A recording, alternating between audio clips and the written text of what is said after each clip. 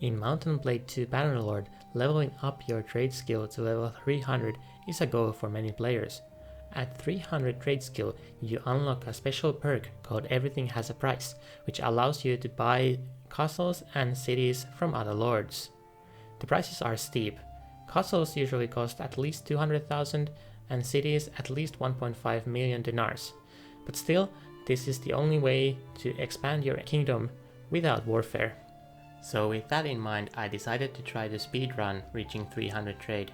Of course, no one else had previously attempted such a run, so there wasn't much prestige to be had. But speedrunning can be just as much, if not even more, about competing with yourself. So, after 5 different run ideas and over 100 attempts, I managed to complete the run in under 20 minutes. Here's how. Let's look at the requirements for 300 trade to get a sense of the problem scope.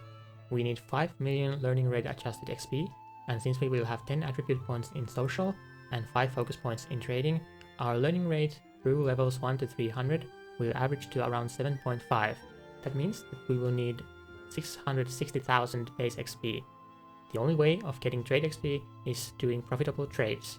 You get 1 XP for every 2 dinars in profit. Putting it all together, we will need 1.3 million dinars in profits. That's a lot of dinars.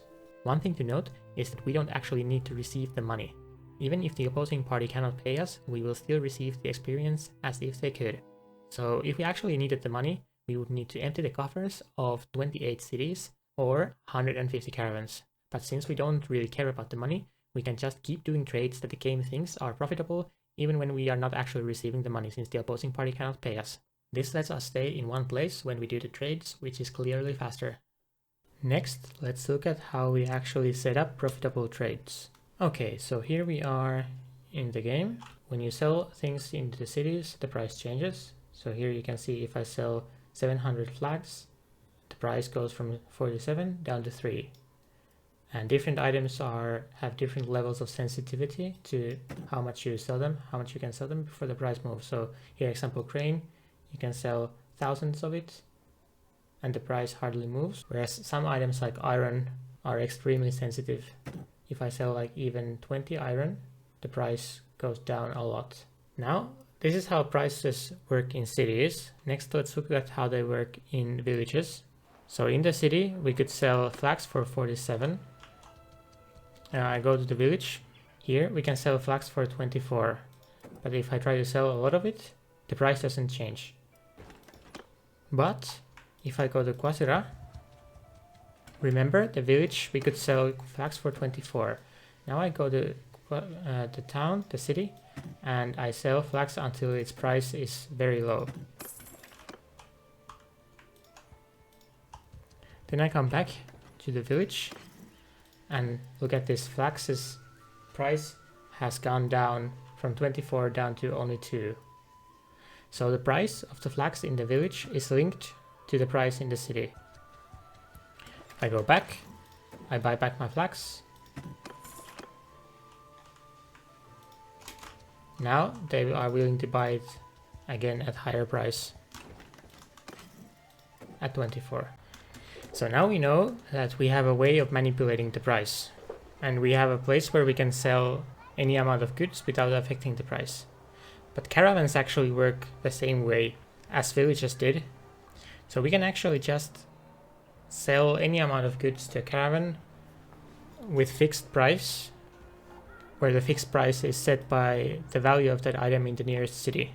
So let's wait for a caravan. Okay, here we have a caravan, and we can check how much he is willing to pay for flax. He's willing to sell it us for 93. He's willing to buy for 35, and he's willing to sell for 93. But if we go to the town and sell some of our flax, just a tiny portion of our flax, now he's only willing to give us 3 when we sell, but he's willing to sell to us for 8. So let's buy all of his flax now. And then let's go back to the city and buy back the flax that we sold to the city. This time, let's sell a lot more of our flax. Let's sell like, I don't know, let's sell just enough so that the caravan can actually pay us. So he has 16,000 dinars. Let's take all of them. And then let's go into the city and sell enough flags that the price is divided by 6. And then let's buy back our flags for only 14 apiece. And we can actually repeat this. So now city, we can buy back our flags from the city and the price goes back up. So by manipulating the amount of flags in the city, we can set how much the caravan values this item. So now that we have the powers of price manipulation, we can set up infinite amounts of profitable trades. So hopefully by now you get the basic idea of the run. We get lots of trade goods, we buy them low and sell them high using price manipulation. But how do we actually get there? Now I can start to talk about the minor details that make the run possible in under 20 minutes. The two things we need to secure in the beginning of the run are a party that can carry our trade goods for us and funding to buy everything we need. Luckily, there is one trick that will help us achieve both of these goals. Immediately at the beginning of the run, we are going to get married. So we head over to Bannerlord to meet our husband and pass the first persuasion check. Then, since we have to wait 24 hours before we can do the second part of the marriage persuasion, we run around filling our party with troops. This time I don't have very good luck and most of the villages are empty, but soon after I arrive back in Bannerlord and finish the second round of persuasion with a critical success. Then I meet with his father to finish the marriage quest. Now we can head back and pick up our husband to our party.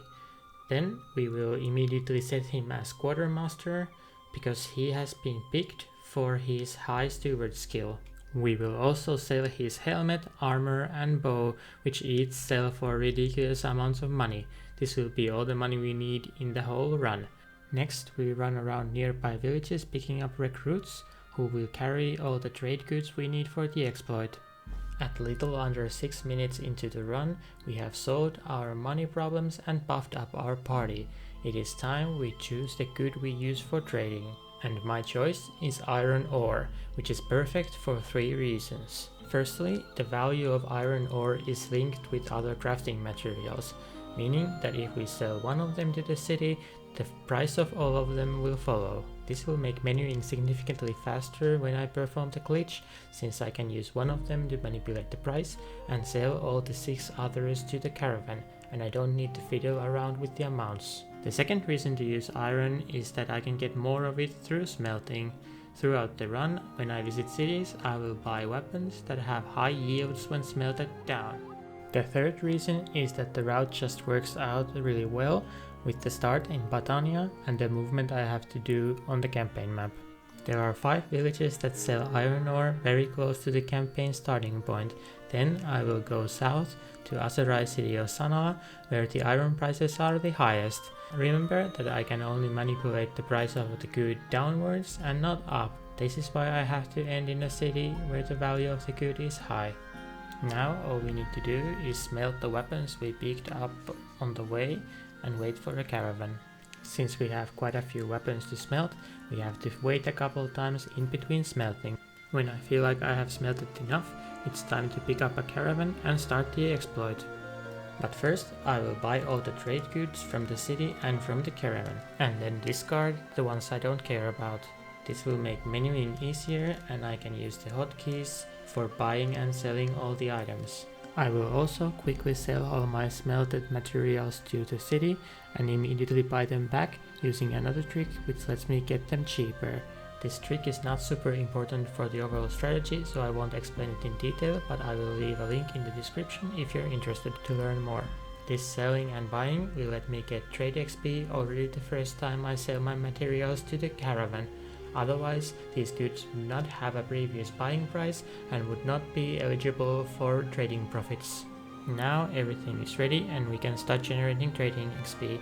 I navigate to the trading item menu and sell everything with the sell all hotkeys.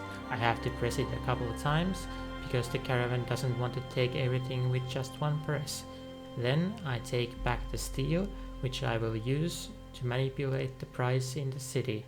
Let's pause here for a second and take notes on the prices that the caravan is willing to pay to us when we are selling. They are willing to give us 114 dinars for each unit of fine steel, and the total for the whole transaction is the 28,000 they can afford to pay and the 44,000 they cannot afford to pay, for a total of approximately 72,000. Next, after assigning my trading perks, I will go to the city and sell the steel I kept in my inventory to lower the price of iron. Then we can come back to the caravan and look how much we have to pay when we are getting back our items. We have to pay 31 for each unit of fine steel for a profit of 83 per unit. In total, we are paying 14,000 for a profit of 58,000 per cycle. These numbers will continue to get better as we get more trade levels and unlock better perks. The only thing left to do is to repeat this cycle until you reach trade 300. In this run I had to do this 17 times, but you could do a lot less cycles if you had more materials. It's all a trade-off between how much time you want to spend collecting iron ore, smelting, and trading with the caravan. In this run my party is already carrying near their maximum capacity from Batania to Azarai, so I could not bring much more iron ore if I want to keep reasonable campaign movement speed. After 5 minutes of trading with the caravan and approximately 1.4 million dinars in profit, I reached trade 300 in time of 1931 and can celebrate with picking the final perk. At the end of my campaign, it is day 16 and my character has reached level 19. That is everything you need to know in order to reach trade 300 blazingly fast. I will leave a link to the full unedited run in the description. I hope you found this video interesting, and if you're still watching at this point, I want to thank you very much and I hope to see you in the next video.